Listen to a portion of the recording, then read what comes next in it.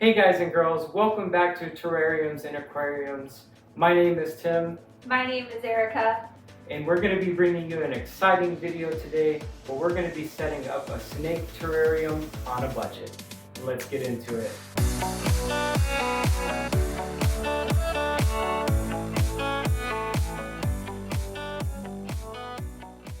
Most of the items we're going to be using today can be found around your house, on Facebook Marketplace.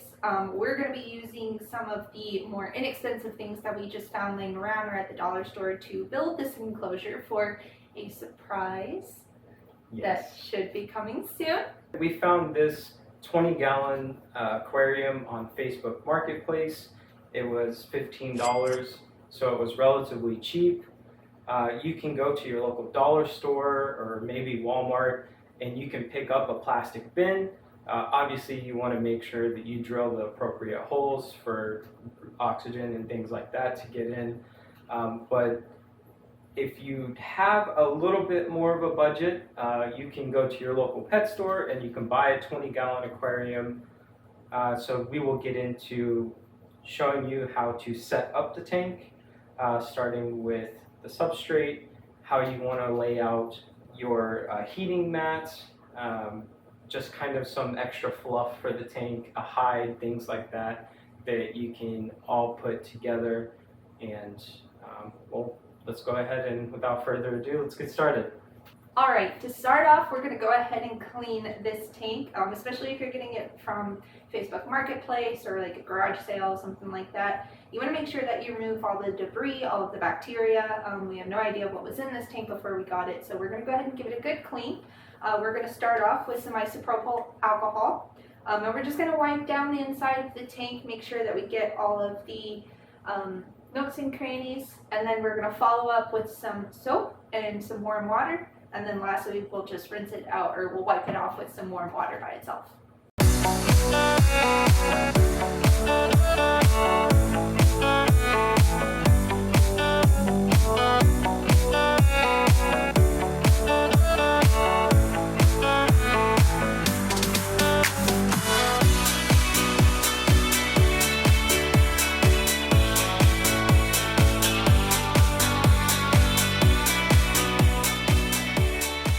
Alright, so now that we've got the tank cleaned and nice and spiffy, what we're going to do is we're going to take the heating pad and we're going to put that on the bottom of the tank. Just remember that you want one side of your tank to be heated and one side to be your cool side when it comes to snakes and reptiles.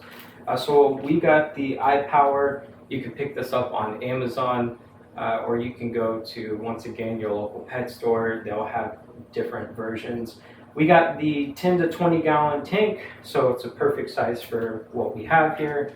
And then we also got a heat thermometer. And what this does is you plug in the pad into the thermometer and you put the probe in between the pad and the tank. That way you can gauge how hot it actually is, because you just don't want it to overheat and your reptile get burned on their belly. We definitely don't want to have that happen. I know there's a lot of talk about people never having any issues not using a thermometer, but I just feel that it's best to be able to control and make sure that you're just not causing any injuries to your pets. Because this is a budget video, these were how much were these? So this was $15 on Amazon, and this was about $18 on Amazon. I think after shipping and everything, it came out to be about $35. Keep in mind that you don't have to get the thermometer. You can just get the heating pad if you're really on a budget. I would just make sure that your heating pad isn't overheating. Maybe feel it, check it. Just to make sure. And another thing is your heating pad should come with little pieces to put on the corners of your terrarium or aquarium so that airflow can get underneath. You just don't want that heating pad to not have any airflow. You don't want that heat to get trapped, either causing, if you have glass, to break the glass or crack it, or it just may get too hot with that heat with nowhere for the heat to disperse. All right, so we'll go ahead and get started in putting the heating pad on, and then we'll move on to the substrate. Yes.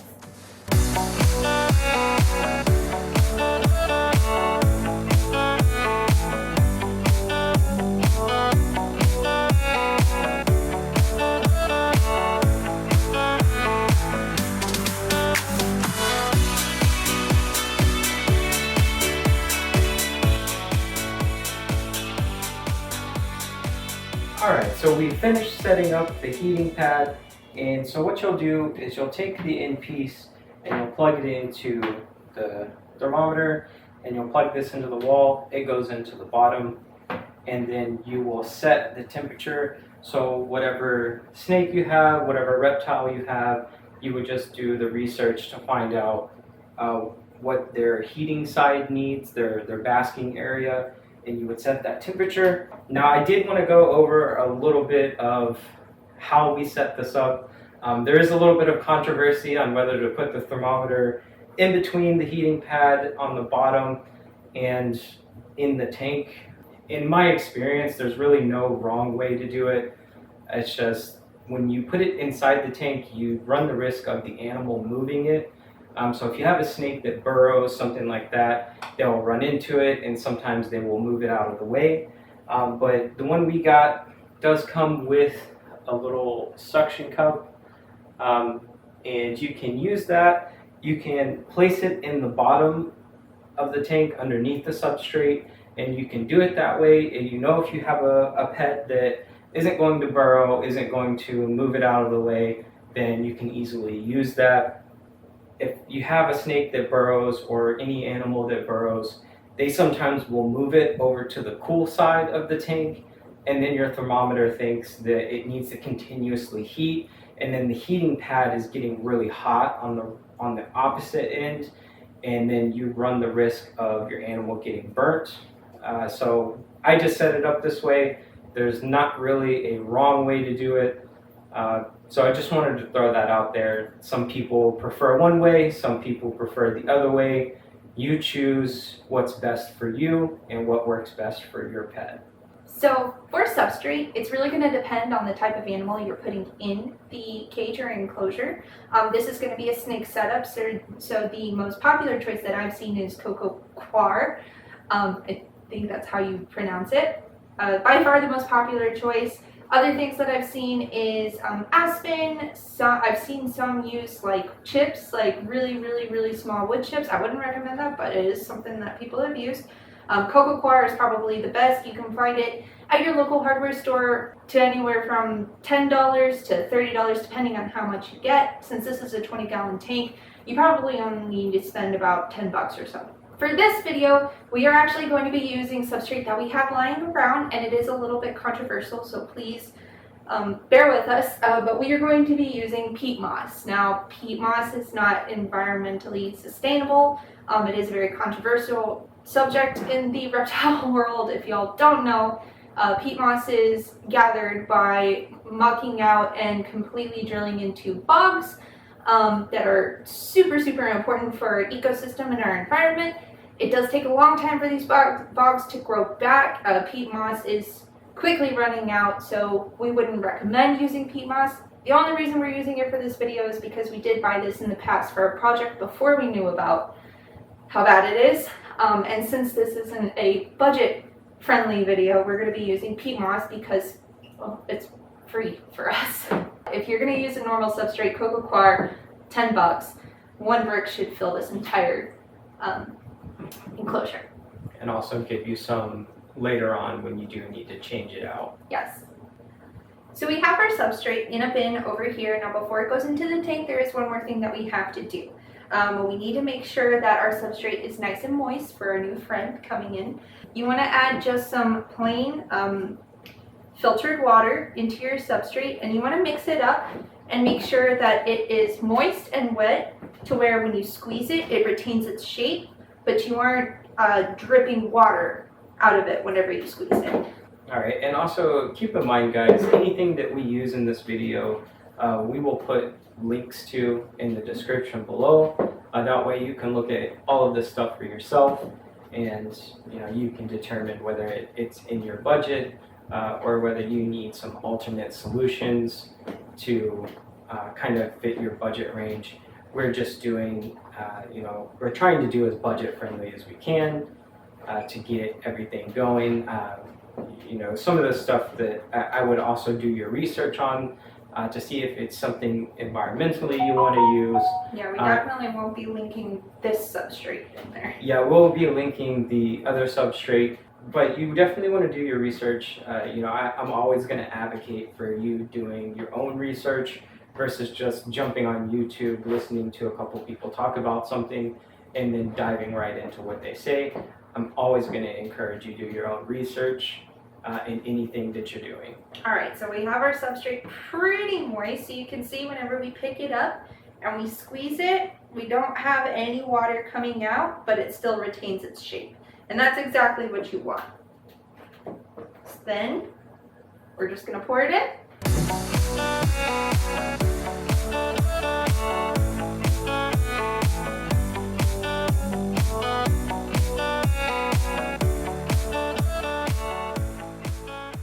Alright, we have our substrate in. Now let's talk about what goes inside. It's just a quick tip. You always want to check all of your stuff that you're going to put in. You just want to make sure that there's no sharp edges, anything like that. Some roughness is okay for some animals because it helps them shed, but you don't obviously want it to be too rough or too sharp that it's going to actually cause an injury. So please inspect everything that you buy that you're going to put in first before you just throw it in there. But with that being said, let's go ahead and get started. So we'll start with the hides.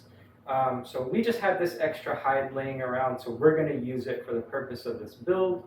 But if you don't want to purchase an actual hide, this one was about $30.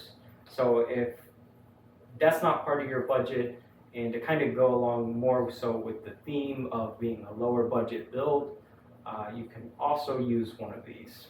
This is just a normal smooth bowl. You want to make sure it's like smooth plastic. It doesn't have any rough parts to it, kind of like Tim said. But these bowls you can get at the dollar store for like $2, $3.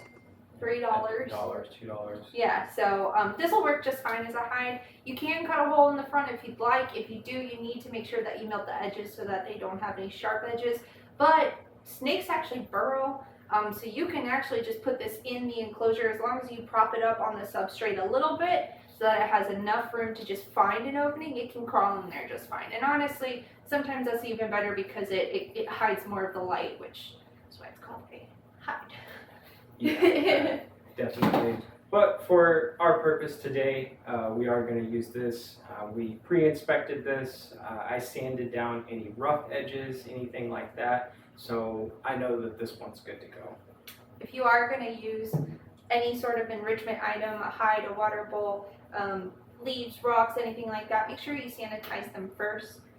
For these kind of plastic looking hides, putting them in 1 part bleach for I think 4 gallons water works just fine. For enrichment, snakes are known to trample live plants. You can use live plants if you want, but you need to make sure that they're maybe in a corner kind of away from where they are, especially if you're using a bioactive tank, which we are not using because that wouldn't necessarily be budget friendly. But instead of using live plants, you can just use fake plants. And we actually got these from the dollar store as well. These were all $1 a piece. Tim and I went through them, made sure we cut off any pointy edges, any places where the wiring may come out. We do cut off the stems that are at the end, and that does have some exposed wires, so make sure you roughen that up a little bit so it's not going to stab your snake. But these work just fine, and you can throw them in there and they'll be just happy with that. And then also we picked up these little bowls at the dollar store. It was like $3, $4 for a pack of 3. These are just going to be the water bowls, so you can just kind of stick this over here, and boom, there's a water bowl. They can get in the water bowl. Sometimes snakes like to get inside the bowl, drink from it. Just make sure that you're periodically checking your water bowl to make sure that they have clean water.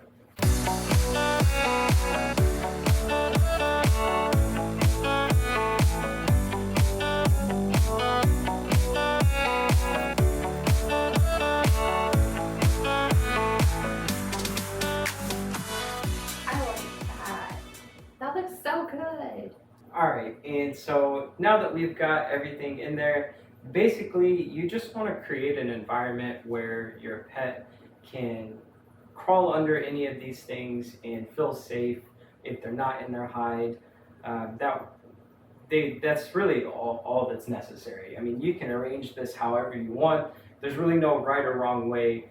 Just the one thing you want to include is just kind of try to give them little spots where they can crawl under it and feel safe if for whatever reason they're feeling scared or upset or anything like that. That's all you really want to do when you're putting in all of your leaves and whatever else that you're wanting to put in there. And that's really it, guys. Oh, the last thing you will need, because we found this on Marketplace, it didn't come with one, but you are going to need a lid. Oh, yes. So you will need a lid. You can find those. I mean, ours didn't come with it, but you might be able to find somebody on Marketplace that's selling a lid or selling one with a lid. I would try to watch out for that first, but you can go to your local pet store once again, and you can get a lid. They're pretty cheap, especially for this size. I mean, it might be. I'll have to look up to see exactly what they cost, and I'll put that in the description as well. But they're inexpensive, but you will want to make sure that you have one so that your friend doesn't escape on you. Yeah. If you're particularly keeping a snake, they're pretty good at being escape artists, so just something that you want to do. So this video is just to show you that it doesn't cost thousands of dollars to start reptile keeping. This build in particular, I think we made under $100. I mean, the enrichment items were about $8 for all the plants. The substrate is $14. The tank itself was $15 since we found it on Marketplace. The water bowls were $2. Yeah, the heating pad was $15. The thermostat, if you want to include it, is $18. And then the lid that fits this 20-gallon tank, we found one on PetSmart for $20.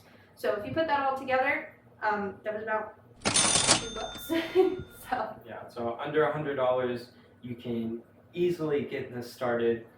It might be a little bit of work transferring the bowl or like converting the bowl into a nice hide, things like that. But it's not going to break the bank to start reptile keeping. And we just wanted to show that with this video. I know that we used some additional items like the hide and things like that, but just keep in mind, you do have other ways, and you can always do more research to find any other way that can also help you. These are just some common ways that we know to set up a terrarium for really cheap or really budget. And like I said, I will put all of these items in the description. I'll even put the items in the description that aren't a part of the budget, just in case that's something that you want to look into and you feel like that's something that you would like to add just because you like that item. But if you guys have any questions or anything, please leave it in the comments and we'll get back to you. As always, we do monitor for questions, concerns, anything regarding what we're talking about in our videos. Go ahead and give us a like and a subscribe and share us if you want. We do have some exciting things coming. I will give you a little bit of a sneak preview, but we are going to start doing some terrarium builds that are made from just around the house items. So tune in for that video as we get that coming in the next coming weeks. We do have a surprise for this terrarium, so yes. We just wanted to make a video showing you guys that kind of how to set up a basic setup and a budget-friendly setup as well. Until next time, guys and girls, I hope y'all have a good day and stay safe. Bye.